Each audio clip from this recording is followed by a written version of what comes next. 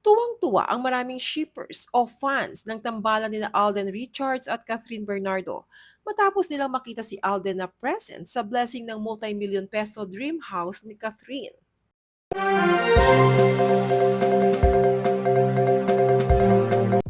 Nitong Webes ng gabi, April 12, ginanap ang blessing or housewarming party ng dream house ni outstanding Asian star Catherine Bernardo sa Antipolo City, na dinaluhan ng mga malalapit niyang kaibigan sa loob at labas ng showbiz industry.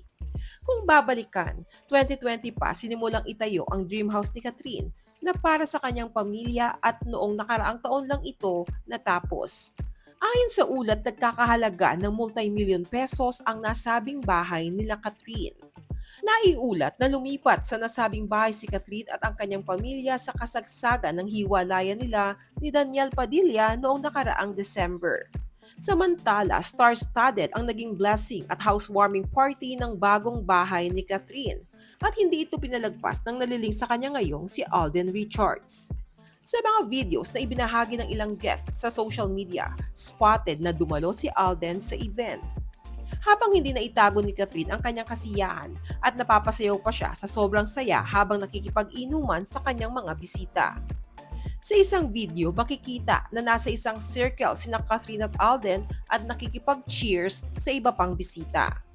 Kapansin-pansin din sa video na tila may tama na ng alak o tipsy na si Alden, pero game pa rin siyang syumat ng inumin. Inulan naman ng samot-saring reaksyon ang panibagong sightings na ito ni na Catherine at Alden. Bagamat walang nagbibilang pero maraming nakapansin na consistent ang presence ni Alden sa mga pangyayari sa buhay ni Catherine. Ito na rin nga ang pangatlong pagkakataon na spotted siyang umattend sa party ng aktres. Samantala, kasabay ng house blessing ni Catherine, ay ipaniliwanag ni Alden ang real score sa kanila ni Catherine ngayon sa pamamagitan ng interview ni Nelson Canlas para sa 24 oras. Matatanda ang naging usap-usapan ang pagdalo ni Alden sa dalawang magkasunod na birthday celebrations ni Catherine. Pino na rin ng netizens ang pagiging sweet ni Alden kay Catherine na nagsimula sa haka-hakang nililigawan umano niya ito. Pero hindi direktang kinumpirma o itinanggi ni Alden na may something sa kanila ni Catherine.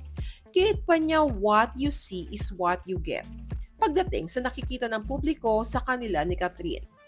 Nilinaw din ni Alden na hindi naman nawala ang pagkakaibigan nila ni Catherine mula nang magtambal sila sa 2019 film na Hello Love Goodbye. Pero anya mas mainam na raw na manatili munang pribado ang mga bagay na nangyayari sa personal na buhay nila ni Catherine ngayon. Anya hindi lang din talaga kailangang laging ipamalita sa social media yung mga ganyan. But you know sometimes yung mga personal things that's happening, better be personal na lang. Sa kabilang banda, hindi natuwa ang ilang netizens sa pa-showbiz na sagot ni Alden. Tila ganito rin daw kasi ang ginawa ni Alden noon sa dati niyang ka-love team na si Maine Mendoza na pinaasa lang din niya. Ayon pa sa ilang netizens, tila umaariba na naman daw ang pagiging paasa at promo king ni Alden. Lingid sa kaalaman ng marami, maugong ang haka-hakang bahagi lang ng promotions para sa upcoming movie nila ni Catherine ang pagpapakilig ni Alden. Anong masasabi nyo sa naging sagot ni Alden sa real score nila ni Catherine? Mukhang promo-promo lang ba ang pagpapakilig nila? Share your thoughts below.